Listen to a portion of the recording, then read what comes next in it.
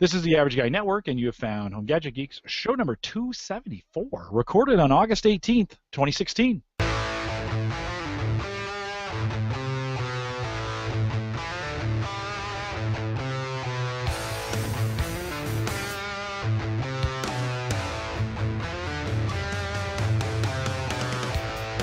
Here at Home Gadget Geeks, we cover all the favorite tech gadgets that find their way in the news reviews, product updates, and conversation, all for the average tech guy. I'm your host, Jim Collison, broadcasting live from the Average studios. And Mike, what I thought we had some cooling, and now it's heated back. It's like 98 degrees out here. It was like a teaser. It was just enough for a good day, and then now it's back up to hot. Brutal here in Nebraska.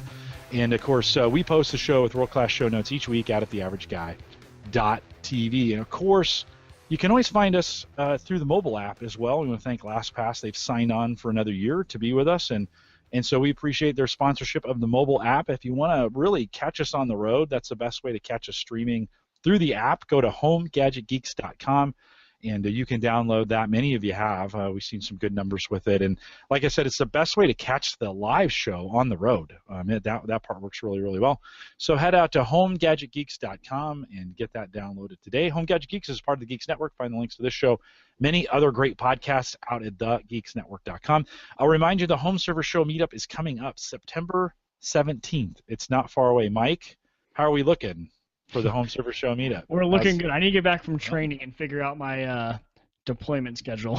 Because if you can't make it, I'm going to fly. If you can make it, we're going to drive. So we need to sync up quick then. We need to sync it up pretty quick. Right, but September 17th, Indianapolis, and we'll be getting together, the whole group. And if you're thinking about it, now is the time to pull the trigger.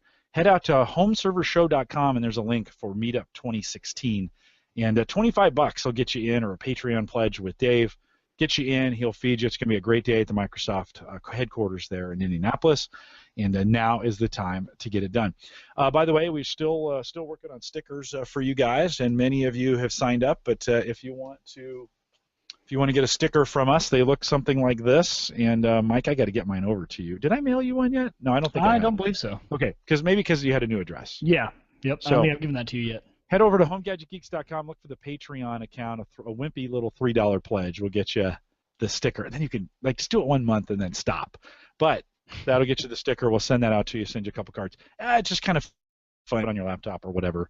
And we'd love to have your support. Speaking of support, fantasy football, Mike, how are we doing? Do we have anybody else? Are we still taking names? I think we're definitely still taking names. Yeah, and also we need to hear from the people who did it last year. So if you were in last year and you still want to be in, because the way ESPN does it, when you reactivate, it puts everyone back in. So we can kick you out, though, if you don't want to do it. But yeah, so we're still taking names if you want to be in there. It's a blast. And we are doing the draft on September the 6th. And it'll be virtual, right? Draft to be virtual this year. It'll be all virtual. Yeah, I won't break the rules like I did last year. We won't make the security guard at Gallup mad again like we did last year. But that was cool. That was maybe one of the best drafts I've ever been a part of. But it was a blast. Got in a little trouble for having everybody in the building. But yeah, if you want to be in it, September 6th, it'll be at night. You could always set your team to auto draft if that doesn't work, but it's a lot more fun when you're there online. Yeah. So yeah, let us know and we will get you signed up. And let me know, Jim at theaverageguy.tv. All right, we got a fun show kind of queued up for you tonight. I have JC Fulknier from ResetPlug.com. We're going to talk about this little device right here. Very small and yet very, very powerful. JC, welcome to Home Gadget Geeks. Hey, thanks for having me. No, it's good to have you. Let's get to know you a little bit. I asked you a bunch of questions in the pre-show. I'm going to ask you to repeat a little bit of that as we go into it. But before we dig into ResetPlug, what's your background? What kind of things have you done? Where are you from? Those kinds of things. Okay, yeah, grew up one state from you guys over in Iowa, and go Hawkeyes. No. Go Huskers. Oh, I'm cut off already.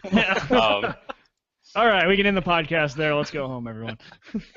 And been working with wireless for a long time. I think I worked with computer networking in the late 90s, got into networking, Cisco certifications, things like that, and then ended up starting with Wi-Fi kind of before the word Wi-Fi was around, with some of the early frequency hopping, range LAN stuff, 1 megabit per second before Proxim and Orinoco bought that line. I used to install a lot of that stuff, and then went on, did some hotel installations in the early days. I remember you know, the very early days when no hotels had Wi-Fi.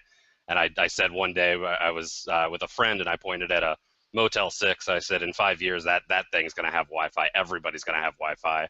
And then you know, that became true. And then started a company in Boston for 9 years that was putting Wi-Fi on buses and trains using multiple cellular backends, aggregating them together. Left that company and started this little gizmo here for the ResetPlug because it's a common problem everyone's had.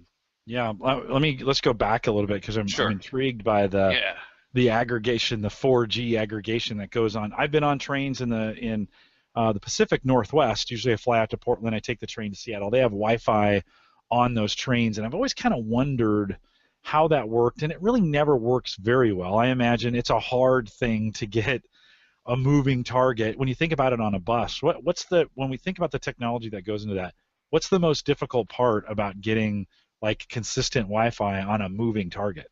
Well, the consistent a consistent internet connection's difficult enough, and so some trains use satellite, some use cellular, some use a mix of both. The company I was at is called Wave, WAAV. They're still around, doing great, and we would take an AT&T connection, a Sprint connection, a Verizon connection, a T-Mobile, and then aggregate the bandwidth across by basically doing NAT in the cloud is kind of the concept there. So the NAT was actually at like an Amazon cloud service. And so the most difficult thing there was the timing. You have different latency across each one. How do you make that consistent? User experience, things like that. It's very difficult to it's hard to get it. And yeah, some of the trains that go into real sparse locations, and then satellite won't work all the time if they're going into tunnels, things like that. So there were a lot of challenges there that were really fun to overcome. That was a great experience. Yeah, it seems like it's a technology that's getting better. We have a bus that commutes from Lincoln to Omaha for Gallup, and it brings people in, and they have Wi-Fi on that, and it's good enough for most people to be able to send email and do some basic stuff. Streaming video is still not the greatest experience, you know, even on planes, right? They kind of shuts a lot of that stuff off to kind of conserve the bandwidth. But it's for me a game changer. If I'm going to sit on a train from Portland to Seattle, that's a 4-hour trip. I can get a lot done. And their Wi-Fi is free, which is great. You get off Southwest and you paid $8. You get on the train. The ticket was about a third of the price, and it's free Wi-Fi. That's pretty amazing to me. But man, you can get a lot done in 4 hours on the train. Just not the fastest. You know, it's just not the fastest in the world. From what you know, it's been a while since you've been in that industry, but it's been a while. Is it getting better? I mean, do you think it's getting faster? Are those technologies getting better, or have we kind of capped, you know, internet speeds on a moving target? Oh, with 5G coming out, you know, it's not really, the standards aren't there for 5G yet, but the testing and stuff that you see coming out of Qualcomm and similar, you know, chipset manufacturers, and then we'll see, you know, more auctions, more bandwidth auctions, more spectrum opening up. It's just going to get better, you know.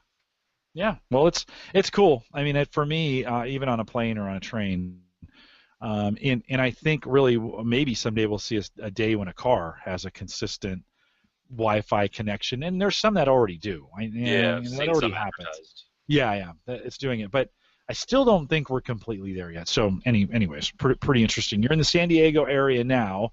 Yes. You've created this ResetPlug. So if you're listening to the audio, go to resetplug.com. Don't buy anything yet though, because we'll have a coupon code here at the end of the program that we'll give to you that will get you some money off on this. But JC, talk a little bit about. We had some commentary before the show on why you needed to come up with this kind of device, but give us a couple use cases when you think about why you put the. Because I asked you, can this be a full-time gig coming up with one little plug? And you said yes. So obviously it's a problem. Tell me what kind of use cases you're trying to solve with this ResetPlug. The ResetPlug, everyone's had the problem. Everyone's done it. I've talked to anyone I talk to. I'd say what it is that the product does. They just go, yeah, I know what that is. I have to do that all the time. And really, it came to me. I just said, okay, I want I want kind of a stupid as seen on TV product at some point in my life to just do something like that. And this was an obvious, it was a no-brainer.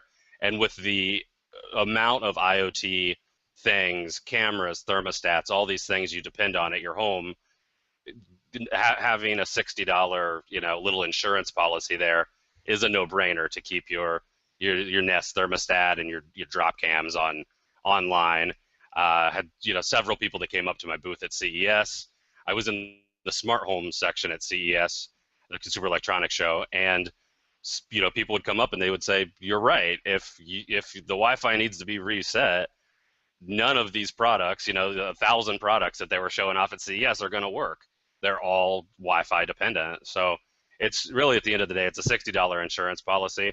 If your router, you need to reset it every day, go buy a new router. Don't put a Band-Aid like this on an actual problem. This is it's an insurance policy, but go buy better things. The other thing is, a lot of people say, well, my router never goes down. A lot of times it's the broadband modem, which, yeah, the broadband modems need reset a lot. I know mine previously in Boston, my Comcast, I used to have to clear the static out of the line all the time, and so just you can put it, if you have the broadband modem, if you have that much of a problem, get your ISP to give you a better one or go buy a better one. But it is a single point of failure, and that's what this is, just an insurance policy for that single point of failure. Yeah, to go back to crappy equipment, I've had expensive routers before, and the last router before I went with the OnHub, which is anything but anything but cheap. So we went with a little D-Link $40 router that we had talked about, a cheap little wireless router. I wanted to know how it works, so bought it, installed it, actually left it as an access point. Worked great for a while, and then it seems like those things, things melt on the inside of them. I don't know what's going. I mean, they're just electronic components. I don't know why, and they shouldn't go bad over time. But it seems like with every cheap router wireless router especially, I've ever bought, they just get worse and worse and worse kind of over time. And to your point, Drashna had said in the chat early on, don't use this to patch really bad equipment. So to your point, if you're working on this and you've got you're having issues, don't use this to patch it. Okay, let's talk a little bit about the hardware that goes into it. A really simple device from this standpoint. So we think about plugs into the wall here when you got the plugs in the back. And then there's one switch up in the corner. Up in this corner a little bit, I can push that, and I can push and hold it, push and let it go, and 2 lights. So a really simple device, not a lot of things going on here. Can you talk a little bit, just from a component standpoint, as we go into setup for something like this, what's the setup procedure for me to get something running like this? So the button on the top puts it back into setup mode. Whenever you receive it, hold it down for 5 seconds, it puts it back into the setup mode. When you receive it, it broadcasts an SSID, a network called ResetPlug setup, and you just connect to that and go to 10.1.1.1, and that's your setup page. And then from there, you put in your Wi-Fi network name and put in your password and a couple other little configuration options, how long you want it to power off, how long you want it to wait for your internet to become established, things like that. And then press submit, and then it flips over and it goes into a client mode. It becomes a client onto your network. The blue LED on the front starts blinking really fast, and that's where it's looking for an internet connection. The red LED below it is just indicator to say, is there power being output? Is there power not being output? So the blue LED will blink really fast for a couple of minutes until it can connect to your internet and get all the way out to be able to load a page to the internet. And then it goes solid blue, and then it should just stay solid blue. If it's solid, your Wi-Fi is solid, and then if it's blinking really fast, it means you're down for some reason. It resets by default every 5 minutes with a 5-second off. So it takes power down for 5 seconds, puts it back on, and then waits 5 minutes for it before it tries it again. So once you're at that point, that's when you contact your ISP for, is it a billing issue? Is it an outage in your area? Things like that. But just the standard unplug it, plug it back in, it takes care of that if it can't get all the way out to the internet. They're giving me a hard time in the chat room for not having this live with an extension cord, so I could show it actually working. It did work. In my scenario, kind of interesting. So I run a pfSense router and had run everything wired in the house through pfSense, and then had put all the wireless on the on hub, and had it plugged in, had everything up and running and working, and then my pfSense router just went down. And of course, it served the wireless router, so Wi-Fi went down. And then this thing just kept resetting. So like you said, every 5 minutes I could hear it kind of cycling through. I'm like, what the heck is going on? And I pulled it, for troubleshooting, I pulled it out of the loop. And then I thought, well, you know what, I just won't put it back in because we're going to talk about it and I want to show it on the show. This is my favorite thing, is to hold this kind of thing up just like this. I just bring it. Mike knows I love to show these things. Great YouTube thumbnails when you do that, right? You hold it up and you got the That's right. Hopefully it'll hit one of those thumbnails when we get there. But so it'll just keep, say it's a scenario that I'm out on vacation. The typical scenario might be that the Wi-Fi router locks up. It's going to reset for me. It comes back up. Everything's good at that point. But if I have a failure and I'm out on vacation, is that literally just going to keep cycling through every 5 minutes the whole time I'm gone? It's going to be shutting things off. Okay.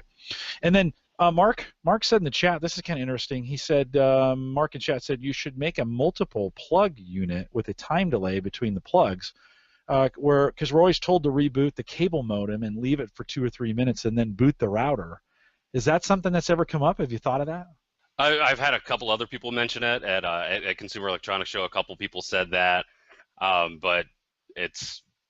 We did one plug just for, there we go, just some future for future. And then I'm assuming, so I use strips, power strips, and I would plug all my network things into one power strip, including the modem, and then I could plug that into this, and that would reset everything. Now I may not need my modem reset, but in that case where I'm gone, wouldn't I want to reset both just to make sure I'm covering everything? That's the way most people use it, is if you have a separate router and from a modem or a separate access point, plug everything into a power strip and put it all on. And so what's been your response to the market? I mean, what kind of, certainly it's doing well at this point. You mentioned that you were on a couple sites picked you up, and those were some busy days for you. But yeah. So the market response has been good. What kind of feedback you've been getting? It's been really good. We launched the product late November of last year and did a bit for the holidays. Went to Consumer Electronics Show in January, had a bit of press from that, and a lot of people just saying, genius, like, why didn't I think of this? It's just such a stupid idea, but yet it's something that actually does solve a problem. So that was a lot of fun. And then early May, we were picked up Product Hunt, and then it went to BuzzFeed, Huffington Post, The Verge, and 30, 40 other sites just all kind of jumped on that bandwagon. That was a very good day for me. And from there, it bled out to Twitter and Facebook. And, it continues to clip along. A lot of people still share on Facebook, Twitter, still talk about it. And then if you go on Twitter, you just see from 20 different languages, alphabets I didn't even know existing, talking about this, and with random photos of people smiling around it and things like that. I don't even know what it says. There's some pretty hilarious stuff on Twitter, but it's a problem. Like I said, pretty much everyone's had it. Whenever I'm telling anybody about it, they're like, yeah, I have that problem, and so the response has been really good so far. Cool. I'm always interested in the manufacturing process, because I think for a lot of entrepreneurs, that's the hard part, is getting these things to a physical product and then getting them to market.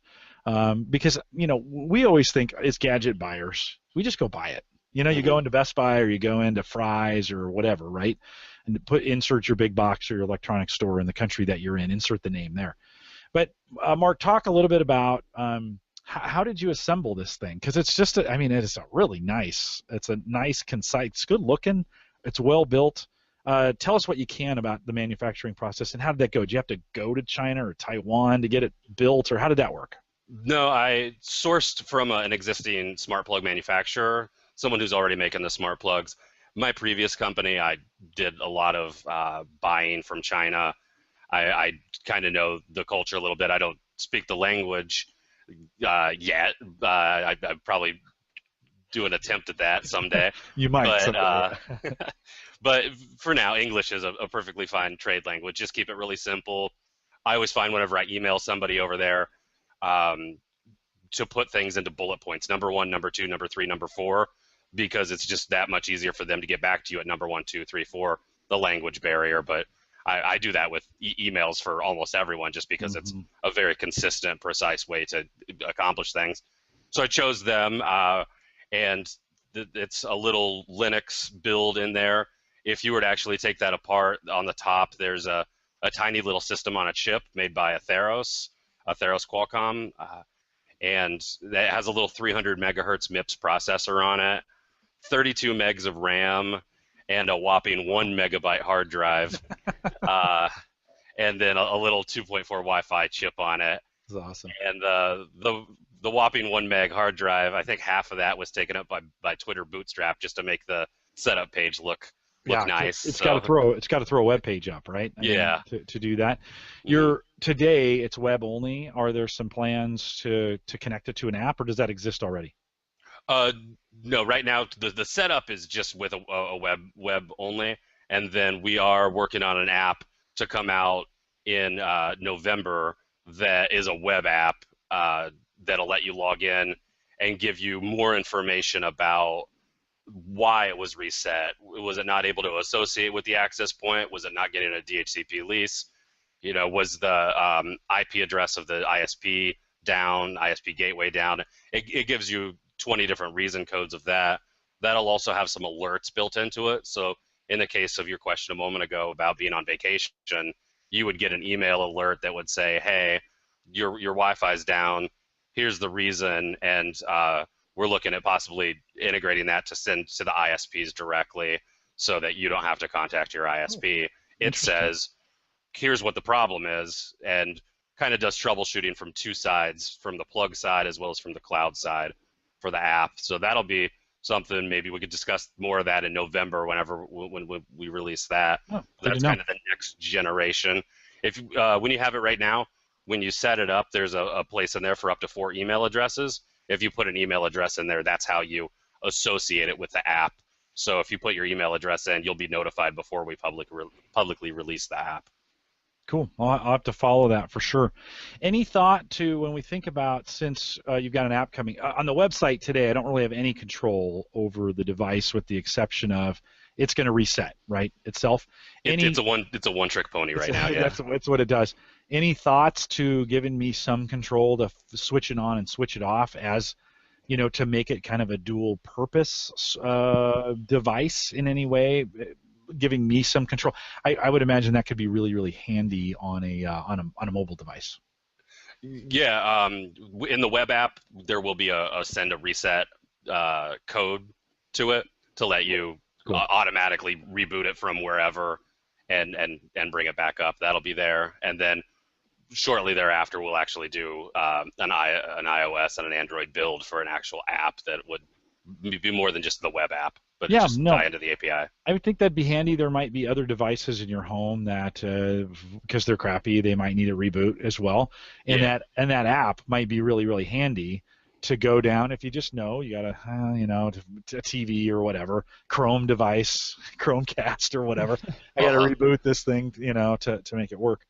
A lot of our guys would probably love to have that control out of a web app, or even an app that you guys create to be able to reset that device. Any thoughts to being able to turn it completely off on and off through the app as well, so I can just shut the thing down? Yeah, I mean that could be done. If you do that to your router, you're not going to turn it back on. Yeah. So that's we're kind of sticking with the niche of the router right now. So that one would be not the best option to turn off. But we've talked about doing some other things to make it more of a multi-use thing. Yeah, for a lot of people, Apple TVs. I know I have a Fire TV and I have to reset that thing every time I want to use a Fire TV. Yeah. Well, I'm thinking in a case, say your Apple TV, and you leave that on when you're on vacation, and you're like, oh, I'm not going to watch this thing for 2 weeks. I just should turn it off. and it would be because it's because it's not a router, it would be okay to shut that thing down. So that's just kind of the use case. I'm just stretching the boundaries a little bit, just kind of trying to make it interesting, from that standpoint from our listeners. So, do you have to physically? So, do you get these just kind of like this, and you just load your firmware on your custom firmware on top of it? Does it come completely manufactured for you? It comes completely manufactured, but we load the software here in the United States. That's not anything that ever happens overseas. We completely wipe the device and load our own system on there, make sure there's no Chinese backdoors, anything like that. And the manufacturing process, actually, we get them, there's 3 of them right there. We usually put 5 of them together and then plug those into a bunch of power strips, and then there's a Raspberry Pi that has a script on it that just looks for them and then loads the software on them and runs in a loop. It has a couple of different Wi-Fi connections, and so it connects to them, and it can churn through 100 in an hour. Oh, that's cool. Yeah. Yeah, that's a good setup. That's a good use for a Pi. Yeah. For sure. I was going to say, it seems like you found a very efficient way, both financially and just time-wise, to produce this product. I'm sure that was probably a key thing for you going in when you're looking at starting something up like this. Was that kind of the idea, was try and get things as low cost and as efficient as possible?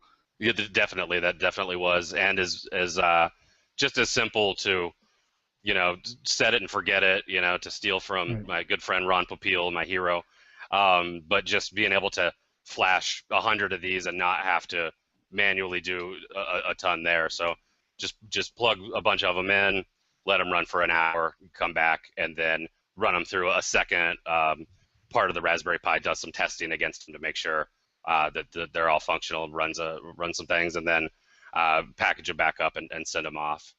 And so how long was it from the time that you said, okay, we're going to do this, we're actually going to go, until you were able to ship out your first product? Was it years, months? I started the company August. I left my old company in July and started this on August 1st and started selling middle of November. I will say that I probably could have done that a lot sooner had I not wasted 6 weeks of my time building an app that I've completely thrown all the code out at this point because I want to do it in a different way. Yeah. So I definitely could have done it sooner, but I decided to try to jam an app in it. The app wasn't looking as good, it wasn't as clean, and I didn't want it, so I've completely thrown that code out. I'm doing everything in a different framework at this point. Is the Fulfilled by Amazon thing from your end pretty simple to do, pretty easy? Do they make it easy on you, or is it more complicated for you to have that guarantee for us for Prime, Fulfilled by Amazon, and all that stuff? Fulfilled by Amazon, Jeff Bezos can put me on the payroll because I love Amazon so much. I talk about it all the time. From running my servers in AWS, I've used AWS for years. I love Amazon Web Services, but for the Fulfilled by Amazon, where I ship my product in to them and they ship it out, for example, whenever I hit quite a large amount to ship out with all that press I had in May, I was able to simply upload an Excel spreadsheet with a couple thousand addresses in it, formatted the way they want it, and then they just shipped.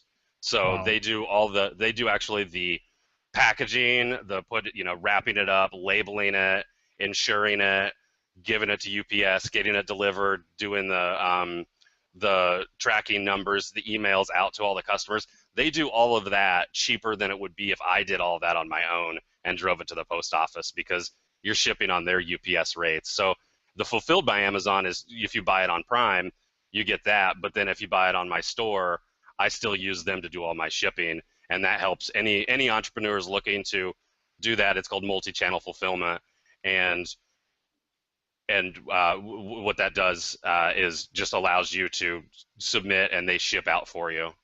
Wow. I had no idea they could do that without selling through Amazon. I mean, obviously you are, but I didn't know you could do that with your own product through your own website. Interesting. Yeah. Just a reminder, if you're thinking about buying one of these, hold off. We'll have a coupon code here in just a few minutes at the end of the interview for you, and we'll get you 20% off when you buy it. And if you're listening live tonight, that coupon code's not live yet, so write it down, and then if you want to buy it tomorrow. JC will set that up later on tonight, and It'll be live right after the show. You can pick it up later tonight, or check back first thing in the morning. Hey, from a wattage voltage standpoint, when we think about, so it's US today, it's made for US, plugs in. Is this something, if I wanted to run this overseas today, what are my options? Do I have to run it through a transformer, or how does that work? No, it actually goes, it's 90 up to 260 on the voltage, so it depends on what you plug in. So if you needed to use it in the UK, for example, you just plug it into a UK adapter on both sides. It switches automatically for you. Correct. In almost all modern countries, it's going to switch for you. Yeah. Okay. And then, so today I have to just the adapters to kind of make that work. Any thoughts in the future on making it ready for Europe, or ready for Germany, or ready for the UK? Any thoughts along those lines? We're working on UK, Europe. For most of Europe, there's some countries. Italy is a little bit different than France and Germany, but for most of Europe, there's an EU style plug, and then Australia would be the third one. Seems where most of our interest is, but the first one on that to come out would be the UK. Yeah. So how are you gonna? So you're gonna get European plugs there. You're gonna stack them up. Do you have to change things a little bit to load the firmware on them, or is it just as easy to do it with that style? Or will that be done in Europe, or how's that gonna work? It'll more than likely be done in Europe. I'm in talks with someone right now to do distribution over there. Cool. Wow. Well, you got it all. You got this whole thing figured out, JC. That's handy. Let's see. We had some questions coming out of chat. Any thoughts to an API to the site so folks could script it in? With the web app, there will be a REST API exposed on that. And what kind of uses do you think that would be? I mean, how would you imagine other people using that API? The API is really to integrate. You know, my dream would be getting the ISPs to care more about their customers. So I call it proactive IoT, where if the ISPs want to query the device and do different things for, you know, if someone's calling in to saying their Wi-Fi is broken, something like that, the API would allow the rep on the phone, if it were integrated with their ISP, to actually have a client on there, you know, not put grandma on the command line and have her doing IP config and things like that in the terminal. This would give them an actual client where they can see more than just, oh, well, your modem's online, so it must be good. They could actually do bandwidth tests, things like that. And that's that'd be through the API. That's looking at ISPs as well as some other IoT companies that make other things where they want to communicate and get some just network status, things like that. Those are the two reasons for the API. But if anybody hacks at home and wants to do something with it, it'll all be documented for anyone to do that. Cool. Who likes to. That's kind of fun. We kind of have a little bit of a hacker community, and so somebody may take you up on that.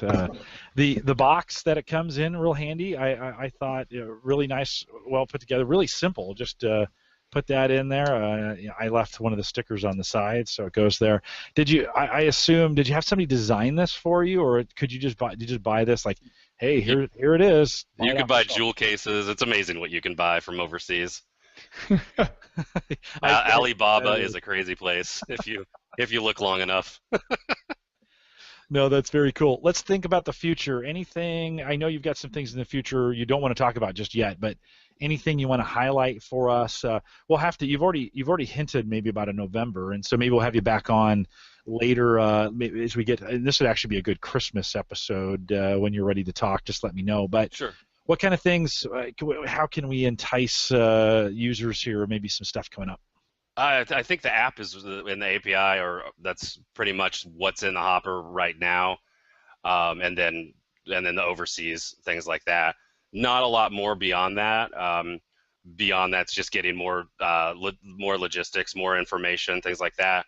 The only other thing I plan to do at some point, probably a year or so down the road, is throw up some anonymous statistics just to say which routers are good and which routers are complete and total crap. And try to throw out the numbers to say this one has to be reset all the time. Don't buy this model, and that help the consumers and hold the manufacturers responsible for making us actually have to make this product. Cool. I like that concept because that's what you need to know, right? When grandma and grandpa are looking for a router, those are the type of things, because that's the things that drives them nuts. Is me as being my grandparents' tech guy, is them calling and me just when they call me, they feel bad they're bothering me. I said, did you try unplugging it and resetting it?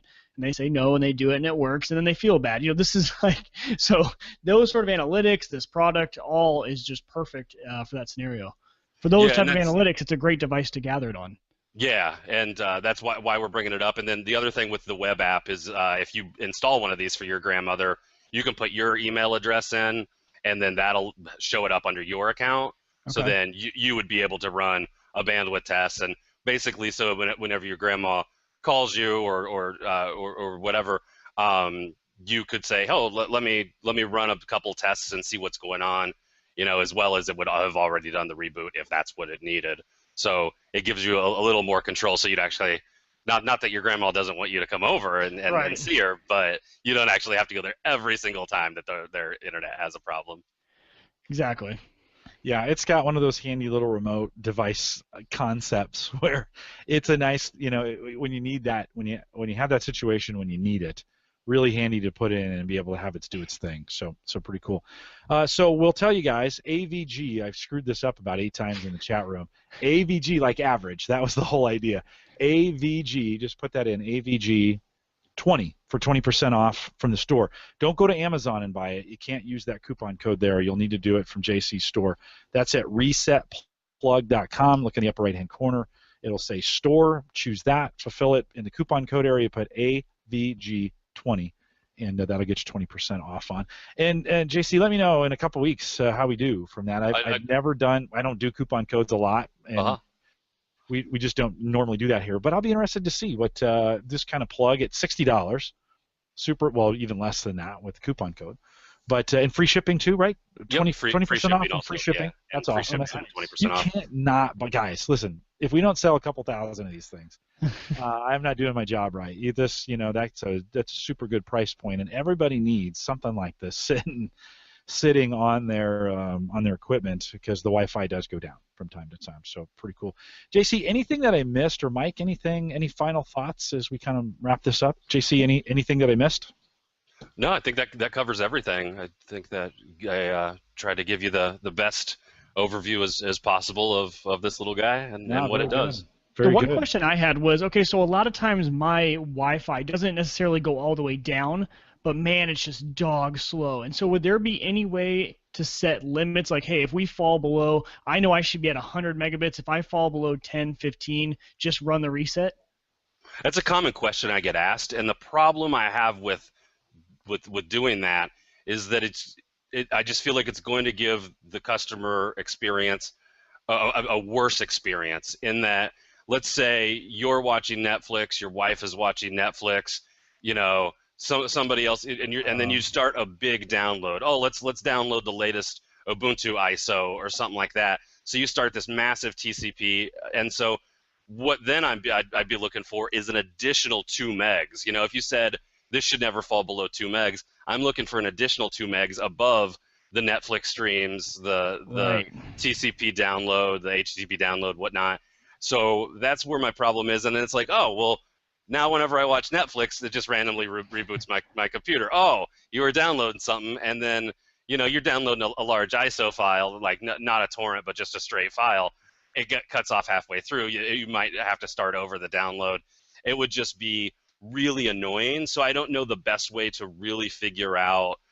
I know exactly what you're talking about when it just goes dog slow, but I don't know the exact way to debug it without messing up all the other things. So that's where the web app will have a button you can press to just reset it.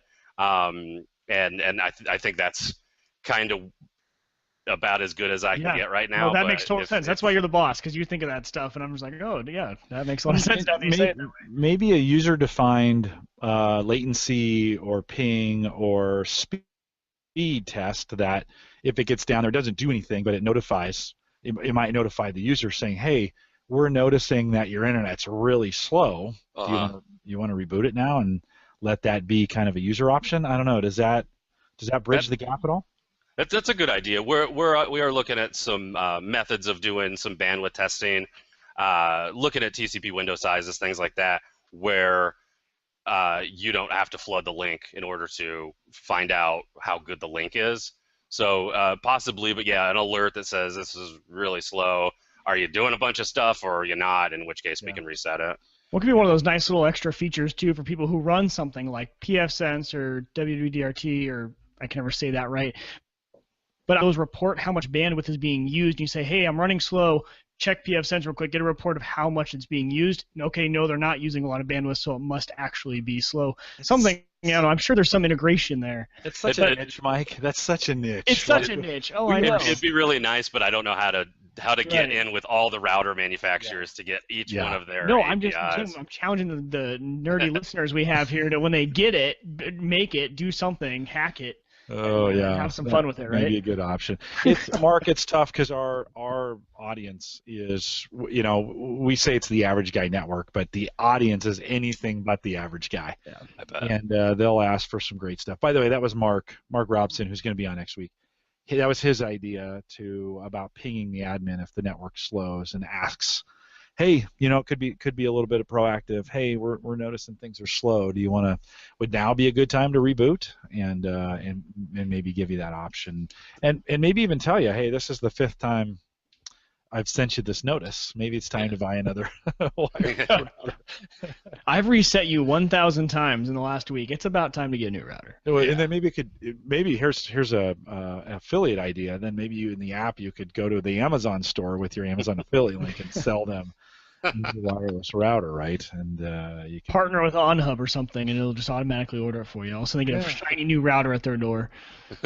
JC, from a gadget standpoint, of your own personal gadgets, do you have any? Are there any things from a home automation or a computer or a device, a certain device you have? What's kind of your go-to gadget or something you couldn't live without? What are you a gadget guy?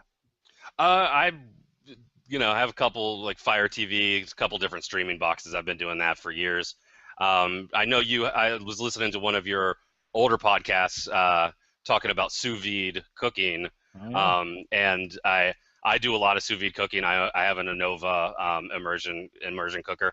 I just did roast beef. I made deli roast beef over the weekend. I cooked it for 48 hours at 129.5 degrees for 48 hours, and then finished it on the grill.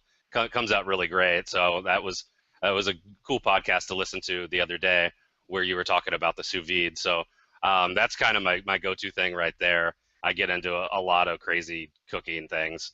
I just like buying random things for the kitchen. Oh, that's cool. That's cool. Ryan K. Parker, good friend of mine. Yeah. We try to have him on every 6 months to a year, and he loves that immersion cooking. I mean, that's just, and the more he talks about it, it usually takes me a while. I got to hear about it a couple times, then I'm like, okay, that I'm gonna have to try that. One of the things that I love to do next week, we're talking about grill tech, which is gonna be a ton of fun. I cook my turkey on the grill at Thanksgiving time, and I've got this system, this bag that I make out of tin foil and all this stuff. But it would be interesting to use that, big pot turkey, put that turkey in there, bag it, and then get that thing up to the right temperature, then throw it on the grill just to get the color. The turkey you'd have to split it because you have to do white meat and dark meat at different temperatures. So that's one of the big things when you get to turkeys. I do chicken all the time. I do chicken drums and thighs, throw them in sous vide for 2 hours, and then I put them in the fridge, and then they just kind of sit in the fridge. That's what I'm going to have for dinner here in about an hour. Is I'm just going to pull one of the bags out that I cooked yesterday that cooked for 2 hours, and then I just throw that on the grill for about 7 or 8 minutes, and then I have perfectly cooked, and it just heats it up on the grill and then just sears the edges. But I already have some chicken I've cooked. And so I highly recommend picking up a sous vide cooker and giving it a try. And I'm trying to remember what number that was. It wasn't too long ago, so 268, maybe 269. I think I should know those numbers, but I don't. But yeah, go back and have a listen to that. No, it's cool to bring. I love to see kind of the tech that's coming into the kitchen. And next week we'll talk about, man, the tech that's gone on in grills.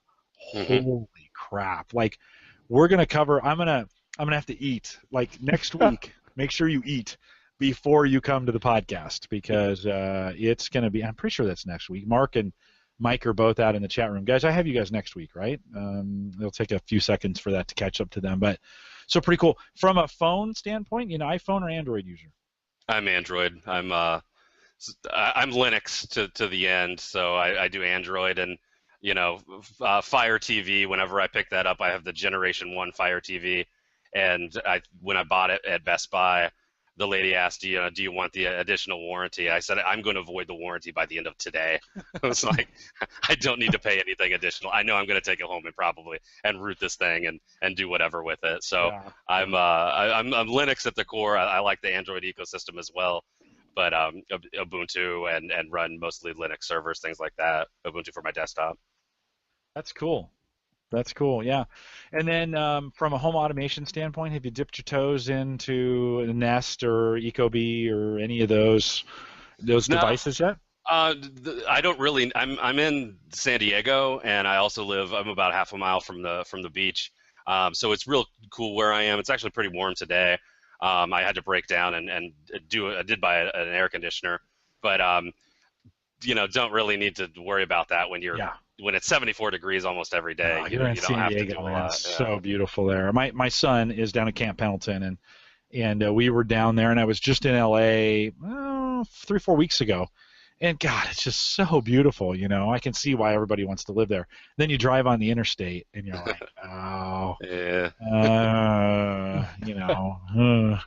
But San Diego, way better. Next time, I flew into LAX, and I took it from the north. Next time, I totally will fly into San Diego. Yeah, definitely fly into San Diego and drive up to Oceanside, yeah. Yeah, no, I landed in LA about 3, and I got my rental car about 4, and I got on the 405, and it was a parking lot at that point. And somebody said they call it the 4 or 5 because it might take 4 or 5 hours to get across it. So I've been there in LA traffic. It's not nearly as bad down here. It gets a little bad around rush hour, but other than that, you can get around town pretty easily. No, pretty cool. Well, yeah. JC, we're going to quiz Mike on his. He just moved into a new home, and so we're going to let you go. I'm going to thank you for coming in here. I'll quiz Mike on his new house stuff, but we won't keep you any longer. It sounds like dinner is already cooked and waiting for you. But thanks for coming on. Just a reminder, AVG, like average, AVG20 gets you 20% off and free shipping. If you're listening live, Michael, if you're listening live, not available just yet. It will be here in about probably 20 or 30 minutes. Correct. Right after the show here. Put that coupon code and get you 20% off. JC, thanks and I'll thank Eric. Eric's a listener. Yeah, thank you, Eric. He said, you got to interview this guy. So we went 49 minutes, and you didn't think we'd do more than 20. So we did okay, I guess. I think we did. I didn't know I had that much to talk about. Like I said, it's a one-trick pony, so I didn't. No, I always tell guests when we bring them on, I'm like, you'll have way more to say than you think as we kind of dig in. So, JC, thanks for jumping on. We'll publish this on Saturday or come out Friday, Saturday, but thanks for jumping in, and we'll encourage everybody to pick one of these up. We know the tech guys need these things, so go pick one up today. Thank you so much for having me. I really appreciate it. You bet. No, thanks for jumping in. You can just hit the red hang up, and you're out of here. Okay. So, have a great day. Thanks a ton. Enjoy your dinner. Enjoy your immersion cooked chicken. That sounded good. Now I'm getting hungry again. I just ate. I know. Almost when we talk about that kind of food, I almost need to eat before, and I always do. Yeah. Eat before the podcast. That's one of the beauties of it. All right, Uyghur, we got to catch up with you.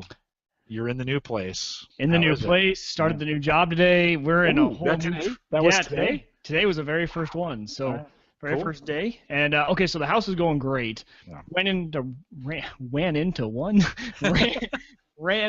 one hiccup. So when I was moving, I said that I was going to rewire the whole house, and I thought that the phone wire was Cat 5 because it had all the extra cables. Turned out it was Cat 3, which I had I had to Google it, didn't know what Cat 3 was. So we ended up just running 2 new drops in the house. They make these really long drill bits. I'm talking like probably 3 to 4 feet, and you put it on your drill, you cut the hole for the new socket or plate wherever it's going to go, and you stick it down, and it reaches all the way down to the basement, and you can drill into the floorboards in the wall, and then you go down the basement, if it's unfinished, and you just look up for the hole, and you can run your new wires there. So that one drill bit probably saved me a ton of money and hassle. Put in 2 new drops in this room that I'm in right now and in the living room for the access point.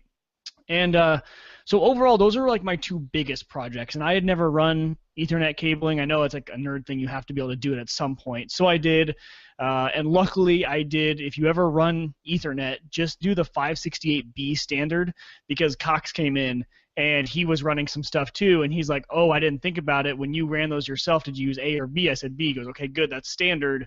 If you would run A, you would have to you have to rewire them. All you have to do is rewire them. But just a word for the wise if you're doing it. What did you use when you were putting the tips on, or when you were just wiring them to a back plate? Yep, so just to a keystone. So it just got it and use a punch down tool, punch them all in, you're good to go.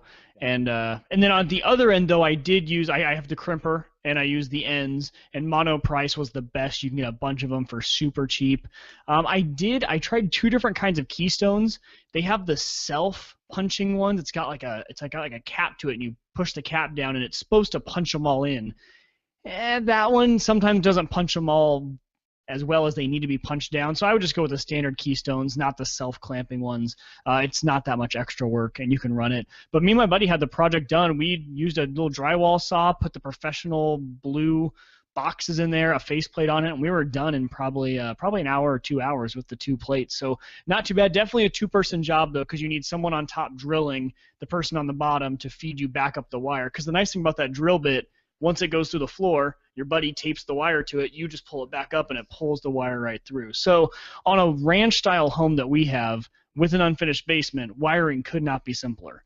All of the other wires do run up into the attic, which I have access to, but feeding wire through the attic was much more of a pain and stuff like that. So that was the wiring side of things. As far as the hardware, it's going pretty good. We are slowly, I obviously Ring doorbells, all that stuff is on the list. Have not acquired them yet. We have an outdoor patio though, and they left a really nice TV and sound bar out there. So I wanted to be able to get our music out there. Man, I tell you, those Chromecast audio, not the full version, just the Chromecast audio. The little round ones. Yep. Little round ones, right? Yeah, $30. It's got optical, and so I just use the optical thing, connects to your Wi-Fi to stream music for $30. I had thought about maybe biting the bullet eventually and buying Sonos and really doing a lot of Sonos things in the house. But when you can buy $30 little adapters and make any speakers you want, a truly wireless home, you can group them. So if we had 2 of them in the living room and outside on the back patio, you could group them and play the same music. They are a really, really nice system. And I had played with the Chromecast as far as streaming video, but I had never used the audio ones. And they're really cool. For $30, you can't really beat them. And so that was kind of the one little new addition that we had as far as technology. You just control those on your phone? Yeah, so any app you want can play through them, or on your computer if you want to play YouTube or Spotify through them.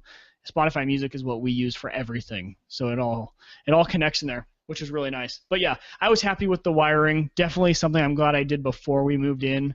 It was one of those projects that you can easily delay. You could be like, I'll put it off. But man, when you have no furniture in the way and your wife's working and not going to look at the mess you're making while you're doing it, a little less scary for her, it works out pretty well. So those are kind of the 2 main things. But other than that, you'll notice I'm like in the guest room. We have not figured out where my studio, quote unquote, is going to go. The basement, the only problem with it is there's only 2 outlets in the entire basement, and they're on a far wall away from anything. So we need to run some more electrical in the basement. That's eventually where I will be.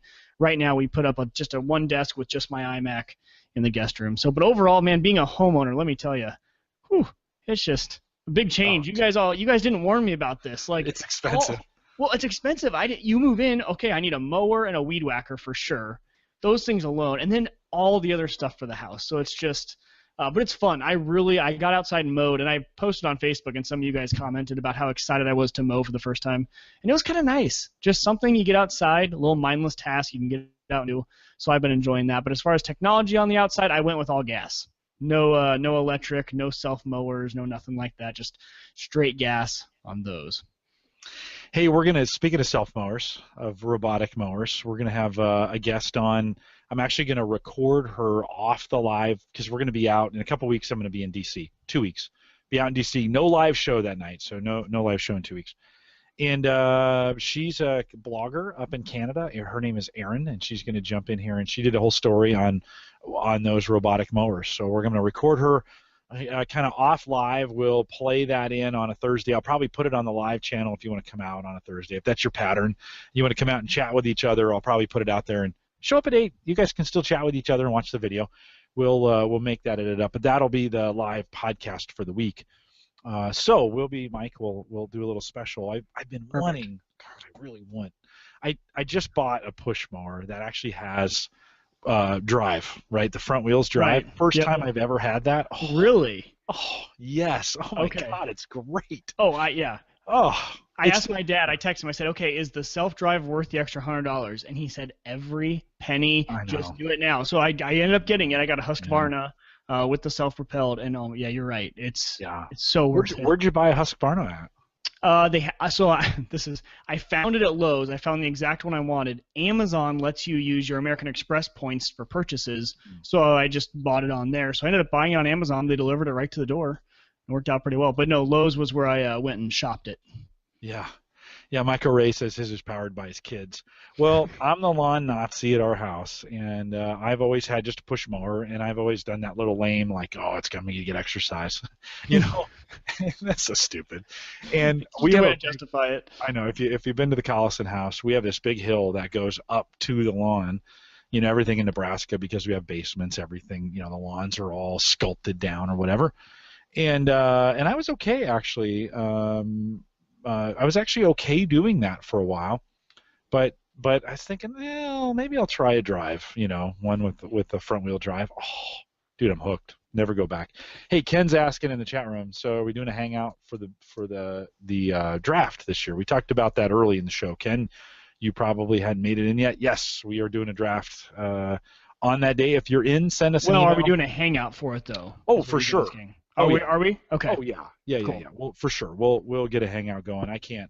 It's so much fun to talk to you guys. We'll bring everybody in, and that'll probably be the best way to do it. So we'll have a hangout going again for the draft. So yeah, I got a Toro, and I just love that mower.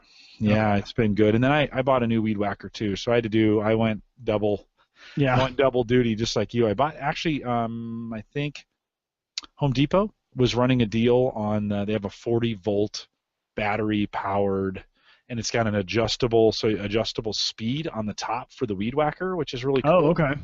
And then you can crank that thing up to 6. I mean, it'll fly. It runs the battery down faster, but or if you're gonna just do some light trimming, you know, turn it down a little bit, and it's cool. I've never seen an adjustable speed weed whacker before. And then same thing, it came with a blower for free, so you got a little handheld blower. Okay.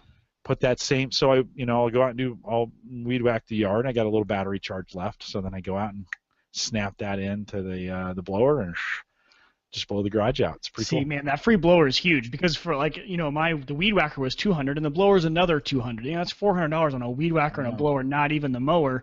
But the one thing about this house is it has a massive amount of yard to mow.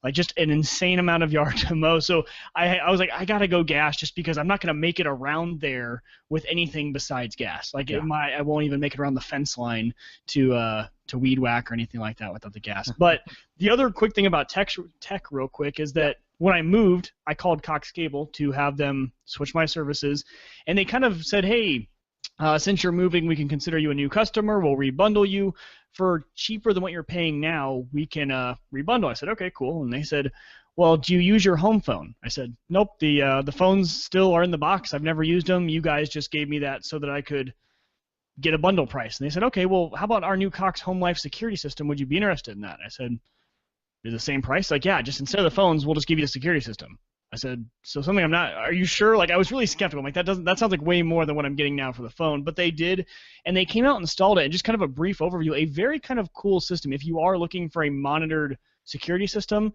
for us, it was a nice thing because you get a discount on your homeowner's insurance if you have it. So obviously, this being technically free, I was already paying for Cox. They said, hey, we'll throw this in for free. I grabbed it. It is monitored. They do give you a camera, a motion sensor, and 2-door things, and they come out and they professionally install it. I did not realize how professional this system was going to be. I was thinking a very do-it-yourself kind of kind of jankety system. It's very professional and very, very well done. You guys can see here, there's the camera out towards my driveway. And I've got to reposition it because with that light on, it never turns into night mode because of the street light. But it's not too bad. You still get a pretty good image. So it'll record every time there's motion and send it all up to the cloud. You can get it all from your phone. You know, I know there's a lot of these do-it-yourself security systems, especially for cameras, which is what I was trying to do. I was trying to run it on the QNAP. You know, you have all those security surveillance stations, stuff like that. This just made it super, super easy. So if you guys ever do have the opportunity to be a new customer again with Cox, I will say that the home life has been relatively nice. You can arm, disarm all from the app on your phone, and it's been actually better than I thought it would. I thought I was going to be getting rid of it in 2 years. I'm like, yeah, throw it on there. In 2 years, I'll take it off, but I might be keeping it. It's pretty affordable and pretty nice. Cool. How's Petey doing with the yard? He is in love. He is in love. So I wonder if I can share my screen. I probably will. I'll have to show. We first project when we got in the house, non-tech related, and all the guys, you guys were all commenting on Facebook that I needed to do an electronic doggy door with the RFID tag, and I really thought about it, but those things are super expensive, and the reviews on them actually aren't too great because of like the battery running out or the motor runs out and you end up replacing it. So we just went with the regular doggy door, but we built a ramp for it. And here, I'll just pull it up super quick here. So how are you going to keep the raccoons out? So we've been training him because he is very used to at night, and I can't show it, but at night he has been very used to eating. He eats in the middle of the night, and then he goes out and does his business because at the apartment, we lived on the 3rd floor. There's obviously no raccoons, so we could leave the gate open. So we've been retraining him. There's a blocker that goes into the door. And so we put that in every night. We tell him, hey, go out, do your final thing, and then come back in, and we put the blocker in. And, of course, he hates it. He scratches at it and wants to go back out. But he absolutely loves it. But, yeah, we built a doggy door, but then obviously when you go outside, he would have a 3-foot drop-off on the other side, so we had to build a nice little ramp for him. So this dog, I tell you, my dog is the most pampered pup. The amount of time and money I have spent just making sure he's all comfortable in this new house. But he is tired all the time because he goes outside and just runs. I just see him. I look outside, and he's just sprinting circles. He's just just literally running at nothing, not chasing anything, just sprinting because he can. And I think his 2 years of apartment living, and now he's got a backyard, he's just in heaven. So. Oh, that's good. Well, yeah. Good. Congratulations for you guys. Big day. New job this week. Yeah. Big week, I should say. Moving in, big new job. All the changes, baby's coming soon. You've got a lot on your plate. I'm gonna carry the load for you, Mike. I was gonna say I'll miss you guys. The next 2 weeks I'm out. They're shipping me off for training, so I'm gonna be out of the state and at training for the next 2 weeks. But then I'll be back right after that. Well, you'll miss next week, but I've got a couple super good guys coming in. So Mike Howard, Mark Robson coming in to talk about barbecue and grill technology. These guys. Wow, it's going to be a good come eat before you come to the show next week. It's going to be pretty good. We're already I'm getting ready for that. So you don't want to miss the next week, and then the week after that. Actually, I'm out as well, Mike. So that worked out pretty well. Okay.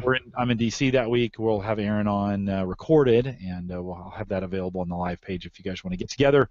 Come out on Wednesday or on Thursday night and just hang out. Just if you need something to do, the video will be there, and you can watch it. Then Chad Bostic is back. I had Chad on.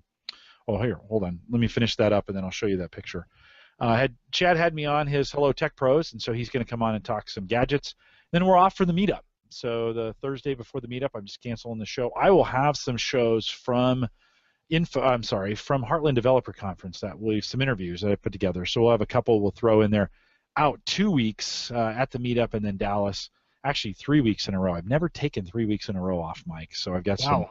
Yeah, I got some work. I got some work to do on that. So that's what's coming up. Let's just show the door to walk us through it. Oh, yeah. So on that door, they make these things super simple nowadays. So that little door unit, about $100 you can get at Menards, Lowe's, Home Depot, whatever you want. Got 2 sides to it, a template. It tells you exactly what you need to do on both sides, on the indoor and the outdoor. You don't even need many tools. I mean, a drywall saw for the inside, and then maybe like a Dremel saw or something a little bit smaller for the outside to get through some of that wood and paneling. They snap together, 2 screws, and then we just custom built that ramp out of wood and then put some siding and some outdoor carpeting on it. But yeah, super simple. But man, just the amount of stuff you can do for your dog, like that installation for that door was super, super simple. Something that probably used to take a lot of time, planning, and effort is now, and they're very airtight because of the magnets they have on the bottom. They swing and stay shut, and there's actually 2 flaps. One on the outside, one on the inside, so it traps that air in there. So you actually don't lose too much efficiency or anything like that. So yeah. Very cool. Yeah.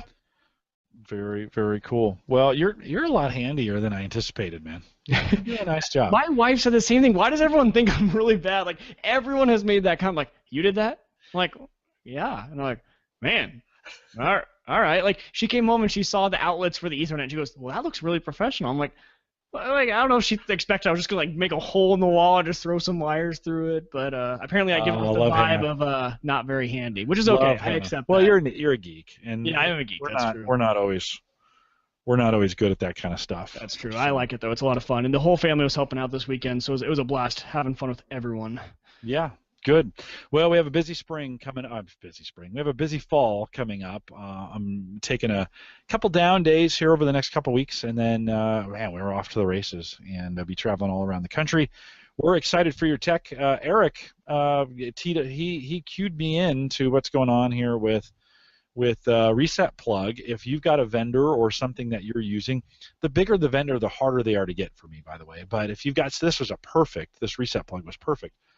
You got a vendor or something interesting that you want me to interview, make the introduction for me, let me know. In this case, I just contacted JC and said, hey, you want to be on the show? He said, I don't know if I have much to talk about. They always, Mike, have a lot to talk about. Every time. Always. And they always go way longer than I think. Yeah, no. It's great for us because they have a lot of good content to talk about. Yeah, super interesting. So if you got somebody like that, let me know. I'm looking for shows right now. We're scheduled out through October 20th, but I've got some spaces available to the rest of the year. We'll do the Christmas episodes and some of those coming up, but we'd like to fill them in.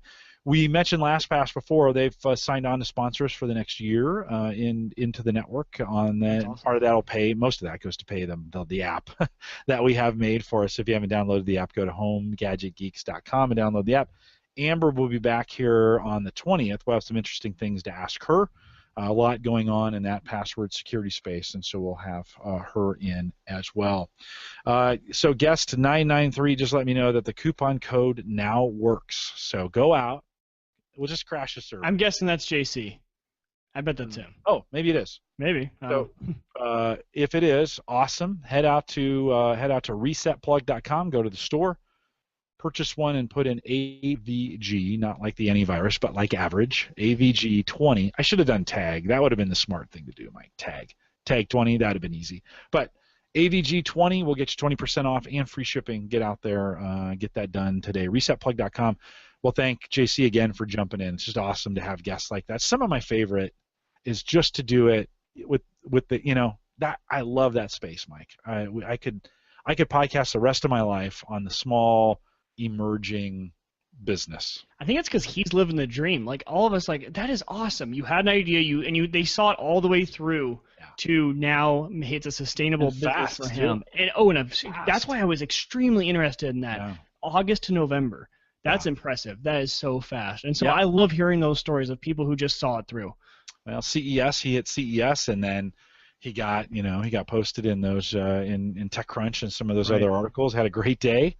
And sometimes that's all it takes. So I think we heard a similar story when we had Jamie on from Ring.com. Right. Although they struggled a lot longer in making that ththing. I mean, it was a couple years before he got that thing going. Well, like he said, this thing is just a no-brainer, right? Like everyone, when they see it, they're like, duh, that's awesome. And it's one of those devices. There's no convincing needed for that device. Yeah. None. Ring doorbell, you got to convince them that they need it, and at the price point, you got to convince them to spend the money. It's a great product, but it needs some convincing. This needs no convincing. It's a shoe-in. Every tech guy should have this in their toolbox. Yeah, for sure. It's just one of those kinds of things, and a great price point. So because even if you have a great router, one of your family members does not, and they need it. So. That's true. Yeah, install it for grandma. Right, exactly. Head out to resetplug.com. Okay, just a couple reminders. Don't forget about the Patreon link that's out on the site if you want to financially support us in any way, $1, $3, or $10, $5 or $10, whatever you want to do. we've had a couple real generous supporters. I know Brian Auer is out there tonight. And I'm, as soon as you start doing this kind of stuff, you think, I am going to miss somebody if I go through this, and I am. So let me just pull up the dashboard real quick to make sure I don't miss. I did that. Something at work I did, Mike, where I named names and then I forgot. It's the hardest part about doing that. It's just bad. Definitely the hardest part. Brian Auer, thank you. Paul Braren and Dennis, and I think he pronounces it Pillow, Pillow, Pillow. Dennis will send me an email correcting me on how that should be pronounced. But we thank you guys for your at least $5 sponsorship of what we're doing here. So and we'll be sending stickers out here towards the end of the month. And then PTD, Chad, Michael from ADHD Think Tank, Jim Shoemaker, MJ Gilbertson, Dwayne Johnson, Malcolm Lacey, Nathaniel Lindley, and of course the Mike Uyghur, for jumping in on the coupon offer. $3 gets you in on Patreon, and again, no pressure. But if you want to do that, I'll be honest, I'm taking the stickers with me to meet up in September, and I'm going to say I'll probably give what I haven't mailed away. I will probably give them away there. And so if you don't get them now, you may not ever get them. And if I have no stickers for Meetup, well, then I don't have any stickers for Meetup, and they'll be in your hands. So head out to theaverageguy.tv, look for the Patreon link, get it done. You can contact me. Don't forget, you can always send me an email, jim@theaverageguy.tv. Find me on Twitter @jcollison. We had a really good Cyber Frontiers last night. I sat down and 2 nights ago recorded Christian just back from DEF CON 24. Lots of hacking talk. So if you missed that and you haven't subscribed to Cyber Frontiers, we're kind of back with Cyber Frontiers. Again, you can head out to theaverageguy.tv, click on subscribe, and all the subscribe buttons will be there for you. You can get that downloaded. But of course, both the platform and web hosting here, powered by Maple Grove Partners, that's Christian. Get secure, reliable, high-speed hosting from people you know and trust, and reasonable too. $10 gets you in there. Piece of cake, $10 a month, get you in. Visit maplegrovepartners.com. And don't forget WLMN Radio. And I did say that right, WLMN. Yes. Yeah, Roger out of WLMN Radio for broadcasting. I keep putting the files up there, Mike, and they keep consuming them. So if you're in Grafton, West Virginia, we'd love to hear from you. Send us an email, jim@theaverageguy.tv. Just let us know you're listening. That'd be kind of fun. Don't forget to download the app. We talked about that before, homegadgetgeeks.com, and we'll thank LastPass for their sponsorship. And last but not least, no, maybe not last, if you're buying on Amazon, don't forget theaverageguy.tv/Amazon. You guys have been rocking that, by the way, and I appreciate your sponsorship of the show to get that done.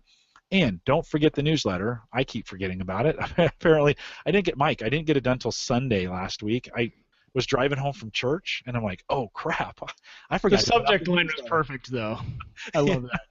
So it was like, and actually I think the open rate was probably 7 or 8% better because by waiting on Sunday night. So I think maybe that's going to be I'll do it on Saturday, but I'll put it in the queue and it'll come out Sundays. That seems to be the best time. The best time to get it done. So watch for that email. I had been sending that out on Saturdays. Watch for it on Sunday afternoons now. We'll get that out to you. And I won't spam you. You can sign up for that. AverageGuy.tv/newsletter. We are live every Thursday, although I just say that I'm going to take 3 weeks off. I'll have things for you guys to listen to. Trust me, there will be things in the pipeline. But most of the live shows, mostly Thursday nights. Come back next week. Again, cooking 8 p.m. Central, 9 Eastern out here at theaverageguy.tv live. And with that, we'll say goodbye, everybody.